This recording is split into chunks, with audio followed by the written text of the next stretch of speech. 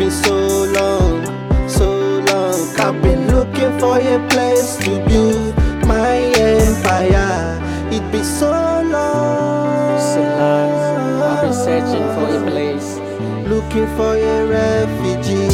It's been 10 years, I walk away from home, run away from problem, getting too much problems. When I realize, tears from my eyes, running to the ocean, many drown the ocean. Mama Africa. It's Alphonsus from Cameroon by origin, and I'm a social worker. Currently a student at TRBS, that's Technical University of Würzburg and Schweinfurt. I'm in my 4th semester, studying international social work with migrants and refugees. It's a pleasure to be here. Thank you. Thank you. I'm Philemon Sapon from Ghana. I'm also a social worker, but currently a student at TWS, Technical Institute of Applied Sciences, Würzburg and Schweinfurt. Oh, so that is wonderful, but where you come from? Ghana? I'm from Cameroon. Cameroon. Yes, from Ghana. Ghana. What was your first encounter with refugee like? Okay. Actually, before even leaving Cameroon, we know more of IDP, which is internally displaced people. Yeah. But I never had an encounter with refugees back in my country, though there were some Nigerians who left Nigeria to come. Yeah. So when I came to Europe, first I was in Eastern Europe, that's Lithuania. I had to visit my cousin who is in Germany. Back then, that was in 2020, he was still in an asylum camp, so he invited me over to see him. I went there. That's my first time of like really encountering a refugee in Europe. Yeah. Outwardly the camps look, the place where they live, like it looks a bit cool outside, Yeah. but inside, to be honest, a lot is going on. So when I got there the first night, I was sleeping.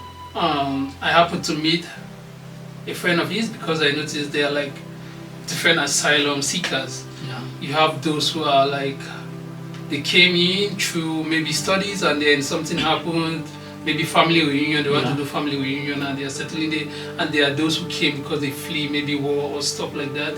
So different asylum seekers have different cases or different reasons of being in the camp, and they don't have the same treatment. For my brother, he was a bit in a better position than the others. So because his own case was like family reunion, while the others, they came in without, like, they're undocumented, and so their program is more tedious. I happened to meet one guy, to cut the story short, I happened to meet one guy who had Dublin. That's my first time of encountering someone or getting a clue about Dum Dum. So they call it Dum Dum. Yeah, this guy had Dublin, and he told me, like, now, they say in Pidgin, like, once you get Dublin, you need to fly like how you fly like how bird they fly will fly, how bird will fly. Yeah. Because the least you do, the police handcuffs you and you are gone. So what they told me is, what they do is, since when they have Dublin, especially the second one, is very horrible. I think after 6 months, they'll chase you for like 6 months. After 6 months, maybe they'll remove the case from you, and then you become a normal person again. Maybe you can apply to get an otherwise. So that guy, what they do is they leave their room, you go to someone else's room and sleep till when that period 6 months is over, and then you can start living a bit normal life. So it was really horrible. Yeah. My experience was horrible. That same night that I was there, they came to pick one guy. Oh. So when the police came, I noticed, like, they don't bother, they just knock the door and then boom, they barge in. Yeah, exactly. That's how so my friend was like, they say, advice, I was bringing out the documents. My friend had the advice, but the Dum Dum they have already. But because he's not the one they're looking at, that's one thing I liked about the process. He was not in his room, and he's not the one they came there to look for, so they left him. And then they asked for my own document. I showed them. They said, "But I'm a student. What am I doing here?" I said, "I came to check someone. I'm just visiting. I'm passing by. I'm leaving." They said, "Okay, I should do and leave." And they left without seeing the person they're looking for. So that was my very first encounter. It was really horrible, to be honest. That is very terrible. But did this, your friend, give you the nitty-gritty of how this Dublin operates? Because some of many refugees, because let me just use myself as an example, because when I came to Germany, I never heard of this Dublin. What is always on my mind is transfer. Like, you know, we Africans, we love this method of I need a transfer, but most people, they don't understand the predicament and the wahala, let me just use Nigerian terms, like problems that comes from this transfer. So they thought that when you beat your Dublin, that is the end of Solomon guided. So they don't know that once you beat your Dublin, then you now have to face the most terrifying and horrifying situation. So when I came, and the reason why I love Africans so much is because they are very easy to bind and cast.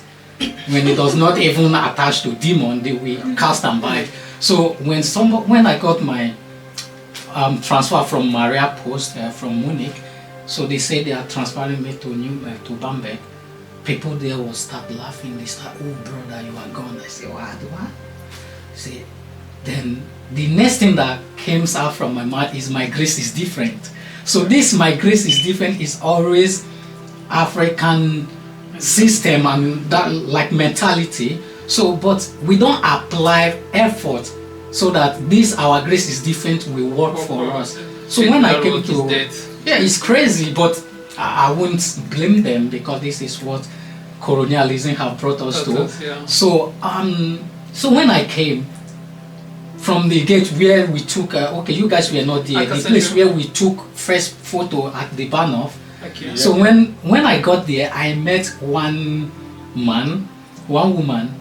So I got I was living fine in Italy, so I was misguided from YouTube, those bloggers. So when I came, he said, here people stay here 3 years.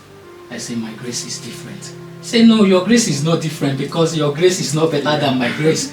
So I said, but mine is different. I'm going to stay only 6 months. So 6 months, then we went.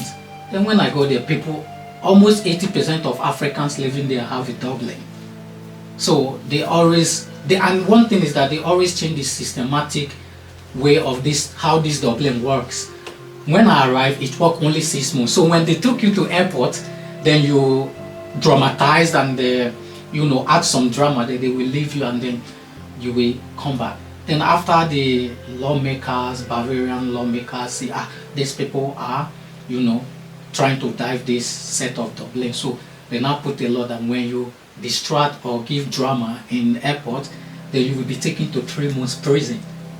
So that is what they start using to, dramatize people so you don't hear again. So after you beat these 6 months, they will extend these 6 months to 1 year and 6 months. That is 18 months. So, and before these 6 months, you will receive a letter that the police is going to come and pick you up in the next day. The day, the time, you are obligated to stay in your room. So sometimes police don't come. Police, if they come or not, your Dublin will still be extended. And one thing is that they don't fight Dublin. And across Europe, EU, German take it more personal. Why German take it more personal? Because they are being central. They are like a central country in Europe. You don't come to Europe without passing through Switzerland, Austria, all those places. So you see, and that is why they take it personal. Because before you arrive here, you must have passed through another country. So it's easier for them to send you back to those countries that you passed. So German, exactly. So German take it more personal to operate, and they are the one that is pushing this Dublin system. Other countries don't push it. Yeah, because they are at the risk. So after they have taken your asylum case, now that is where you will be battling with deportation direct to your own country of origin. That is where people start getting traumatized. And the worst part of this Dublin is you don't sleep. You don't eat. So what we do every night is come to the window. When we are 3 people living in one room, or 4 people, sometimes 4, sometimes 3, sometimes we are privileged to be 2. So but when we are 4 people, then we will schedule the hours that made up the night. then we will schedule it to individuals. So maybe eventually from 9 o'clock is where we study that police come from 9 to 10. So one person will stand at the window looking, other people will be sleeping.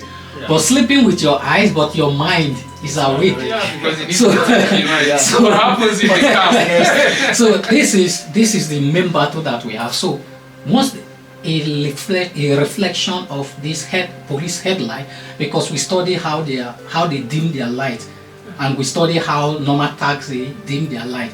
Once that the reflection come, brother, Yes, police, we have. even if it's 3-story building, you have to jump. Wow. Did you know how many people have committed suicide from this escaping of Dublin also? So that is how you see people losing. I lost 15 kilo the first year I came to Germany. So that is the most horrific way of how Dublin operates. Did you see that deeply move you or change you when you encounter with refugees? Okay, thanks for the question. Now I will share my recent experience that I had when we went to our summer school in Greece and Italy. Mytilene in Lesbos.